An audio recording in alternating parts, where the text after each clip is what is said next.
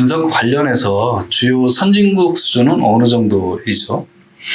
그게 시각 차이는 분명히 있을 것 같습니다. 그 어떤 사고 쟁점에 관해서 가해자 피해자 쟁점에서 봤을 때 사고 분석 능력은 상당한 수준인 것 같아요.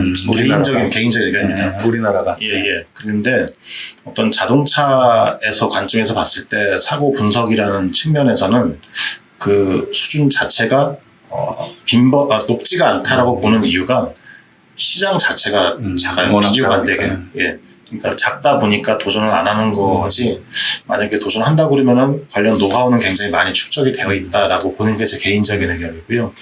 뭐 현대차를 예를 든다 그러면 그들은 나름대로 자동차 사고에 대해서 많은 정보를 가지고 있고 분석하는 것도 가지고 있고 많은 노하우를 가지고 있지만 그 이외의 사람들이 자동차 어떤 사고에 대해서 분석에 대해서 관심을 가질 만한 시장 자체가 형성이 안 돼 있다 보니까 인터넷이나 뭐 유튜브, TV에서 활동하는 많은 소규모 아주 작은 분들이 노하우를 독점하고 있고 이제 그게 작게 형성되어 있다고 볼 수 있죠. 근데 만약에 시장이 활성화되어 있고 이게 뭐 예를 들어 돈이 된다 그러면은 굉장히 빠르게 커질 것 같아요.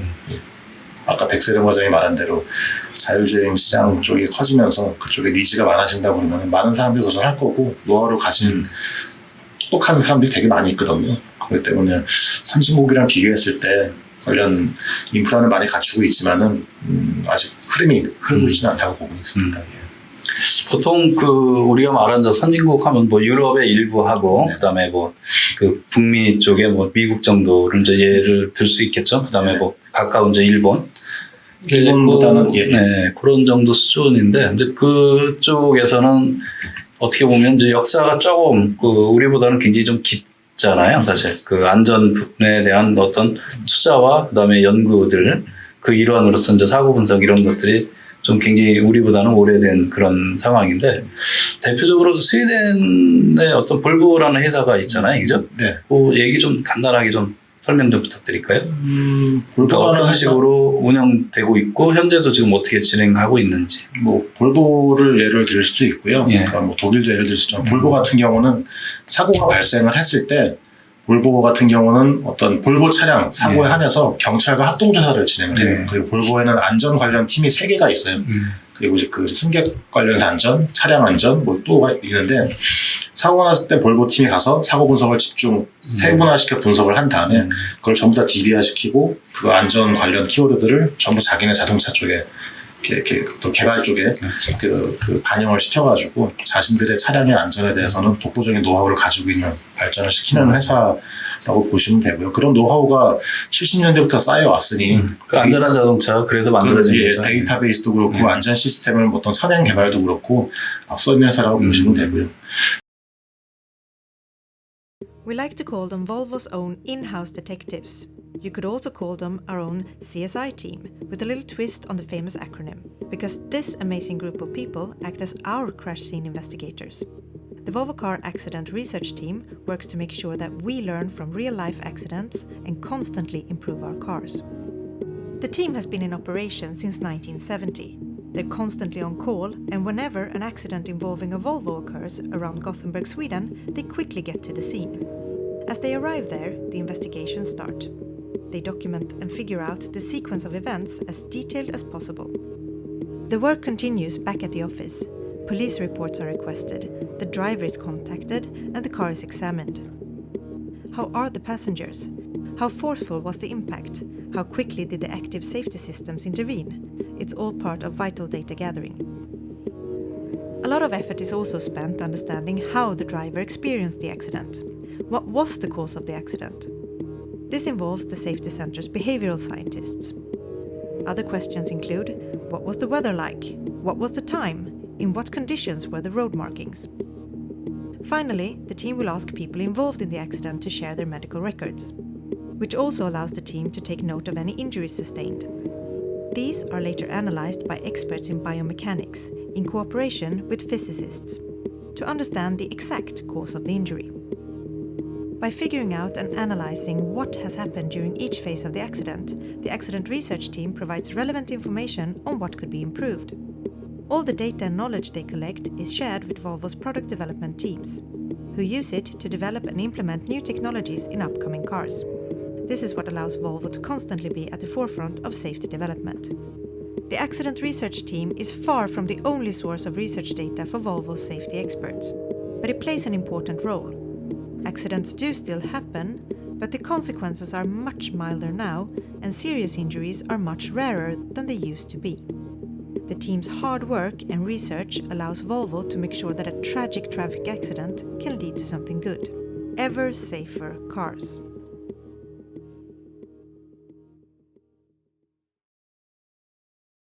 독일 같은 경우도 마찬가지로 뭐 어떤 특별한 제조사 위주로 사고 분석이 이루어지는지는 저는 개인적으로 모르겠으나 어떤 안전에 대해서 교통사고 이벤트에 대해서는 독일 정부하고 그다음에 어떤 공대들, 대학교들과 합동으로 조사해서 나름 교통사고 데이터베이스를 선행적으로 개발하고 있고 역사도 오래되어 있고 알고 있습니다. 미국 쪽은 혹시 뭐 좀 아시는 거 있으세요? 미국 쪽은 솔직히 제가 아는 건 없지만은 그쪽은 시장 자체가 우리나라보다는 훨씬 더 크죠. 그 뭐 어쨌든 제일 크죠. 전 세계에서 보면 제일 크죠. 예.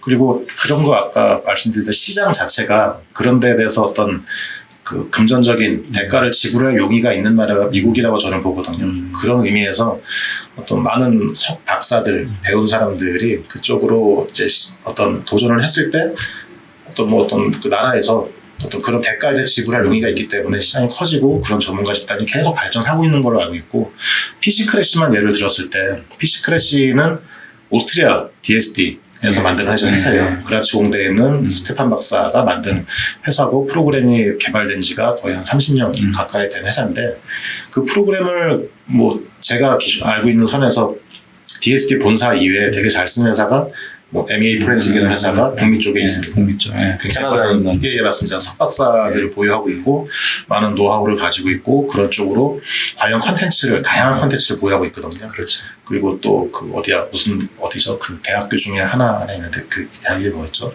노스웨스턴 대학. 예, 노스웨스턴 대학. 그런 대학도 그 경찰들을 대상으로 일반인 대상으로 자체 커리큘럼을 가지고 있을 정도로 그런 쪽에 시장이 형성돼 있는 걸로 봐서는 나름 저희 나라보다 훨씬 더 발전되어 있고 나라에서도 보면은 우리나라의 국토부 같은 니자라고 하죠. NHTSA 거기에서 나름 교통사고 분석 노하우를 가지고 DB도 가지고 있고 그런 상황이죠. 뭐 미국은 뭐 전 세계적으로 봤을 때 어쨌든 자동차의 대중화를 이제 이끈 회사잖아요. 이거 포드를 통해서 그러다 보니까 사고의 접근도 사실 어떻게 보면 제일 빨리 했던 그다음 과학 분석도 제일 빨리 했던 그런 나라인데. 근데 제가 알기로는 그쪽은 그 가장 큰 이슈는 뭐냐면 징벌적 손해배상 제도를 도입하잖아요. 그러니까 자동차의 어떤 제조상의 문제랄까 어떤 뭐 하자가 조금이라도 문제가 되면 그러니까 단순적 운전자의 과실이 아니라 그 어떤 자동차에 관련된 뭐가 생기면 또 이 배상액이 뭐 천문학적인 숫자로 갈 수 있으니까 자동차 제작사에서도 엄청 신경 쓰는 부분도 있고, 또 그거를 이제 어떻게 보면 손해배상이 워낙 크니까 거기에 또 달려드는 이제 변호사들도 있고 아까 말한 대로 측면의 어떤 이 포렌식 사이언스를 이제 전문적으로 하는 그런 이제 전문가들도 이제 거기에 많이 포진돼 있고, 그분들이 대우가 워낙 또 세잖아요, 사실. 액수가 워낙 또 같이 크니까 그 어떻게 보면 볼륨 자체가 굉장히 크다 이렇게 볼 수 있고 아마 그런 측면에서는 이 연구가 이렇게 다른 데보다는 더 굉장히 깊게 될 수밖에 없다 구조적으로. 그럼요. 그래서 유럽의 어떻게 보면 문화적인 특성에서의 어떤 안전 문화 그런 요소 때문에 자동차 제작사에서 스스로 노력하는 부분, 그 다음에 북미 쪽에서는 이 스스로 노력을 사실 원치 않더라도 주위에서는 이게 어떻게 보면 하도 심하게 찔릴 수가 있으니까 거기에 대한 대비. 그 다음에 또 찌르는 사람들의 어떤 수준 향상 뭐 이런 것들이 겸비돼 갖고 굉장히 좀 많이 업그레이드 되고 현재까지 와 있지 않나 이런 생각이 좀 제가 알기로는 좀 들고요.